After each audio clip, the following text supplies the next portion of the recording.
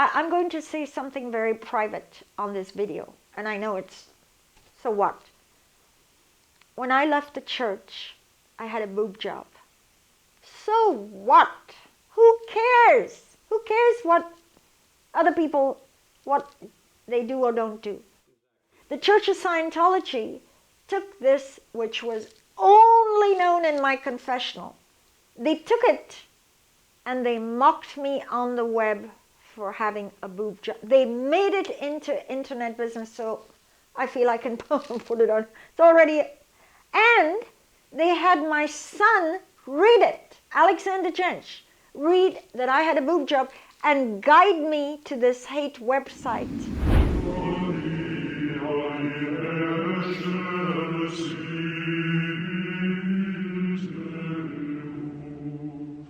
The Church of Scientology does use data from your PC folder flagrantly, willfully, and with high animosity if you leave the church. Actually, it does that to split up husband and wife even when they're in the church. If it wants to poison the husband against the wife, the ethics officer will call in the husband and say, your wife says blah, blah, blah, blah, blah, blah, blah, blah, blah. It's horrifying. If the wife confessed to an infidelity, the church will actually tell that to the partner.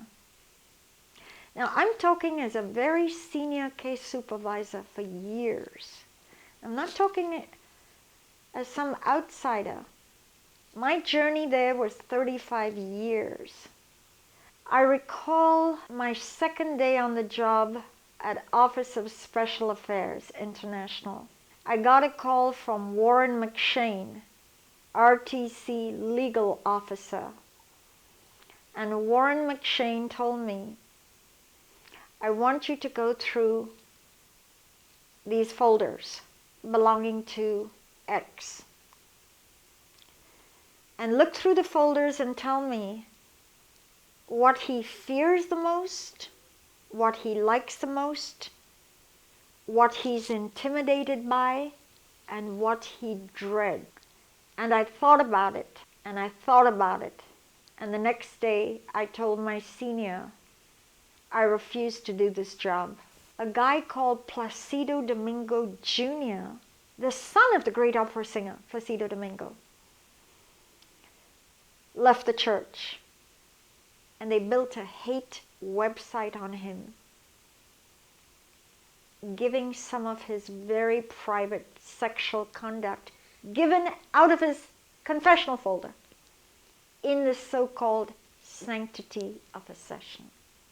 It's an extraordinary story when someone like Placido Domingo's son is being, literally told, you're not allowed to talk to people. He's a celebrity, and they did it even with him. I want to tell you that one thing that may not be known by the public is that there are video cameras recording every second of a confessional session. Whether you're getting services in Los Angeles or Clearwater or London, this is the system. They claim that the video camera recording is for training purposes. But let me tell you, these video cameras go into a phone bank, and 5 people could be looking in, watching you, while you share your deepest secrets in a counseling session. This is so deceptive. In the law courts, they go, oh, priest-penitent privilege, we can't protect. Hogwash. 20, 30 people have access to any given confessional folder where you've given up your secrets.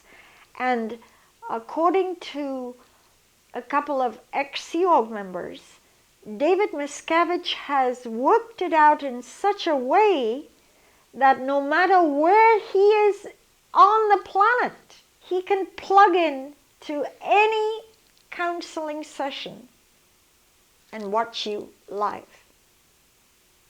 So it's all hooked up electronically, and the head honcho of Scientology, David Miscavige, could be watching you right now. What are some of the posts or job titles of the people who would look at a Scientologist's folders? The director of processing, the deputy director of processing, he's the one who schedules you. The technical secretary, his immediate senior. The FESer, the one that finds the errors and does a mapping of the errors. The ethics officer, his direct senior, HCO area sec. CMO, Commodore Messenger Org, can pull any folder anytime, they're authorized to. Office of Special Affairs, legal. You want to look up and see, are you threatening? Absolute access to your folders. Office of Special Affairs, intelligence.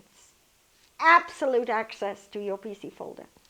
The local DSA, Department of Special Affairs, OSA Rep. RTC, all the staff at RTC, RTC Tech Inspector, RTC Legal, RTC Office of COB. Can I go on? There's 20, 30, maybe 40 people. And remember, when these people leave post and a new person comes on, they now also have access to your folder. People come and go.